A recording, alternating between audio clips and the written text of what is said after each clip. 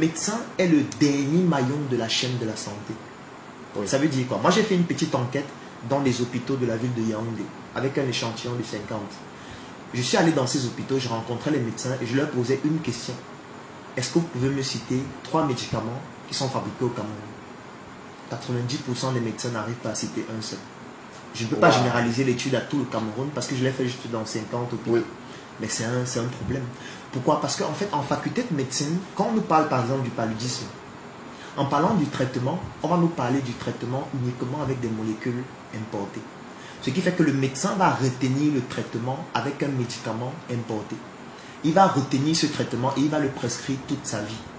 Et chaque fois qu'il aura un patient qui a le palu, il va seulement prescrire ce médicament-là, qui en fait est produit par une industrie française, italienne, américaine. Il est en train de faire tourner les industries françaises, italiennes, américaines. C'est parce qu'il n'a pas de connaissances en économie. Parce qu'il ne sait pas que en prescrivant ça, ça donne des devises à ces pays-là. Et ces devises-là ont un impact même sur son salaire. Oui. Parce que s'il savait ça, il devait plus s'interroger, est-ce qu'on ne peut pas produire chez nous? Il devait comprendre que les médecins qu'on ne recrute pas là, en fait c'est parce qu'on n'a pas d'argent. C'est parce qu'on est en crise économique, on n'a pas suffisamment de devises. Le Cameroun ne peut pas se permettre de recruter 1000 médecins là maintenant parce qu'il ne pourrait pas les payer. Sauf que pour pouvoir contribuer à les payer, il faut que les médecins eux aussi soient patriotes. Et pour que les médecins soient patriotes, il faut que depuis l'école, ils puissent comprendre l'importance de le faire. Sauf que dans nos programmes, ce n'est pas inscrit. Quand je m'en vais dans les pharmacies, il y a un document qu'on utilise dans les pharmacies, ça s'appelle le Vidal. C'est un gros dictionnaire dans lequel il y a des médicaments. Ces médicaments sont les médicaments principalement de l'industrie pharmaceutique française. Parce que c'est un livre français. Et c'est lui, ce qui fait que, oui, c'est lui qu'on utilise dans toutes les pharmacies du Cameroun. En fait, ce qui se passe, c'est quoi? C'est que, en fait, on est dans un système où on fait tourner uniquement les industries d'autres pays. Mais on va se dire que non, c'est la médecine. Pourquoi tu parles de l'économie? Mais j'ai envie de dire que c'est une aberration. Parce que nos ancêtres étaient pluridisciplinaires. C'est pour ça qu'on les appelait des savants. Oui. Moi, quand j'ai fait par exemple l'AC, tu ouvres le livre de physique, tu vois le nom de quelqu'un.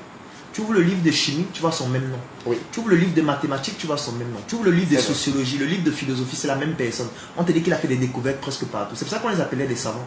Aujourd'hui, moi qui suis médecin, quand je parle de l'économie, on me demande de rester concentré. C'est ça. Qu'il faut que tu restes parler de la médecine. On est en train de régresser. Oui. Parce que nos ancêtres étaient plus compétents que nous. C'est ça. Eux, ils étaient pluridisciplinaires. Nous, quand tu veux faire deux choses, on dit que non, tu te déconcentres, il faut que tu fasses la médecine, ne parle plus de l'économie. Est-ce que tu es formé en économie? Mais c'est une aberration, puisque tout est lié. Philippe, moi je pense que les gens devraient lire la notice de leur cerveau.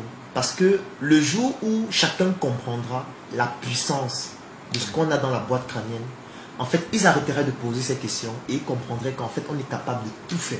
Tout à fait. Parce que tout est lié. Il n'y a pas une chose qui est séparée des autres. C'est de ça qu'il s'agit.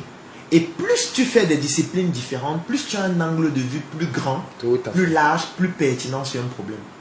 C'est de ça qu'il s'agit. Et moi, ça m'a beaucoup aidé en faculté de médecine pour comprendre en fait des difficultés et me dire que la seule solution, c'est d'entreprendre. J'ai vendu mon lit. Oui. Le concept donc, c'était de dire... J'ai vendu mon lit, c'est de dire qu'on arrête de dormir intellectuellement. Parce que là, on est en train de dormir depuis des centaines d'années.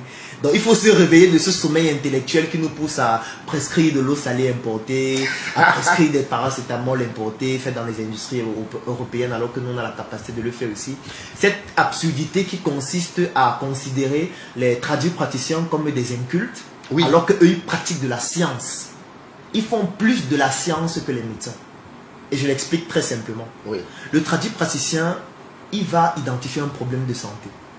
Ensuite, il va aller dans la nature, essayer de chercher une matière première dans laquelle on peut identifier un principe actif. Il va extraire le principe actif. Il va mettre le principe actif dans un conditionnement. Il va donner ce principe actif aux gens qui ont ce problème. Il va évaluer l'efficacité du principe actif dans la résolution du problème. Et ensuite, il va faire de ça un traitement. Ça, c'est de la science. Tout à fait. Si on voit la méthode de mise sur pied d'un médicament, les process à respecter, on va se rendre compte que, à quelques exemples près, il respecte les process. Ce que le médecin ne fait pas, puisque le médecin constate et prescrit ce qui est fait ailleurs à d'autres qui ont eu à faire ces études scientifiques-là. Ce n'est pas pour rien que les pays comme la Chine ont intégré la médecine traditionnelle avec la médecine moderne. Quand tu arrives dans les hôpitaux, tu te rends compte que la médecine traditionnelle fait partie des hôpitaux modernes. Parce que la médecine traditionnelle a sa part à apporter aussi dans la médecine conventionnelle de nos jours. Ce qui arrive est juste très lourd. Allons rejoindre Claudel.